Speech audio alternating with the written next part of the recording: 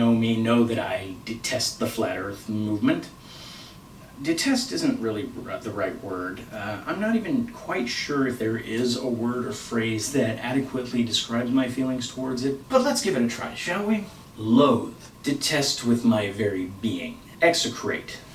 Just learned that one today. It's one of my new favorites. Adamantly abhor. I think that one's my personal favorite. I don't have any real animosity towards the people as a whole that believe in it. Some of the individuals maybe. Mostly though, it's the fact that in today's society, we have exploratory craft on Mars. We have submarines that can go to the bottom of the Marianas Trench, as well as numerous other scientific advancements throughout the world. People still believe in such an antiquated idea that even the ancient Romans knew that it didn't work. And that makes my skin crawl. And it's an insult to the people that have spent their lives studying and educating themselves and learning the science of the how and why the way the world works. These aren't people that watched a couple of YouTube videos.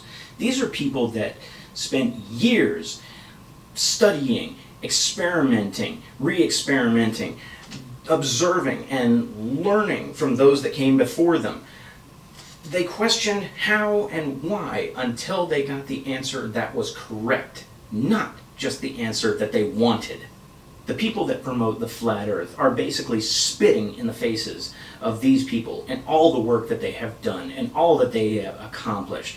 And I've told this to many, many different people. Just because you don't understand the way it works doesn't mean that it doesn't work.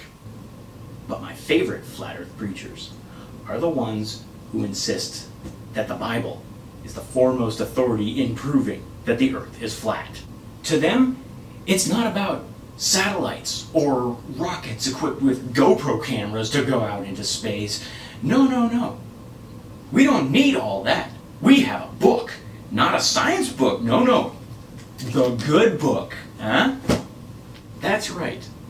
The book that has been translated and retranslated into hundreds of different languages again and again since it was first written over 1,000 years ago.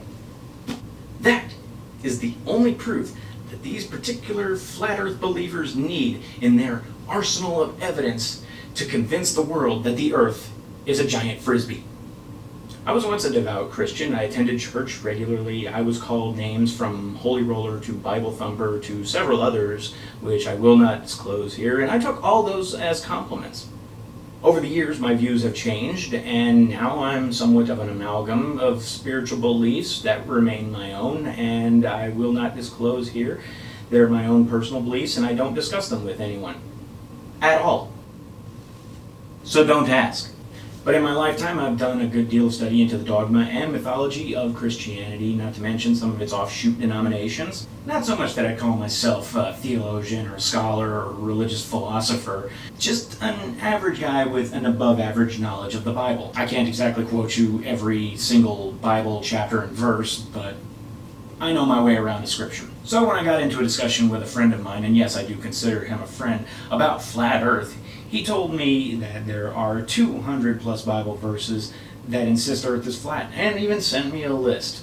Needless to say, I couldn't contain my excitement to delve into this, shall we say, excrement. I've been researching these particular Bible passages over the last few years, even consulted with a few other experts, and I found that this particular flat earth believer, or flurf if you will, does about as much cherry picking with Bible passages and scripture as the rest of the flat earth community does with science. Let's only use the passages or the parts of the passages that suit our narrative, the same way we do use science to prove the things that we think. Only the stuff that proves that we think. When it comes to reading the Bible, you have to remember context is just as important as content. The classic example of this is the phrase, money is the root of all evil. People throw that phrase around left and right without any thought of its origins. Anybody that knows the Bible, however, will understand that this is actually 1 Timothy chapter 6, verse 10. And if you know the passage, you'll know that the actual statement is, the love of money is the root of all evil. Isn't it interesting how the addition of just those 3 words changed the meaning of the phrase entirely? And the big problem with this list are the thousands of translations of the Bible. This is a book that's been translated into over 2,000 different languages, 450 in English alone, if you include the partial English translations dating back to the Old and Middle English of the 7th century. Credit for the first full English translation goes to William Tyndale in 1535. So I'm making this series of 6 videos to discuss these so-called 200 plus Bible verses and see what I can find. For the purposes of all the different translations, I'll be using BibleHub.com and the Bible Hub app, not to mention referencing my own personal Bible, as you can see here.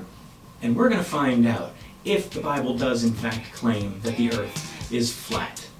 Thanks for watching. I hope you liked this video, and I hope you like the videos to come. If you do, please give a like and share, and don't forget to hit that subscribe button for more content coming up in the future.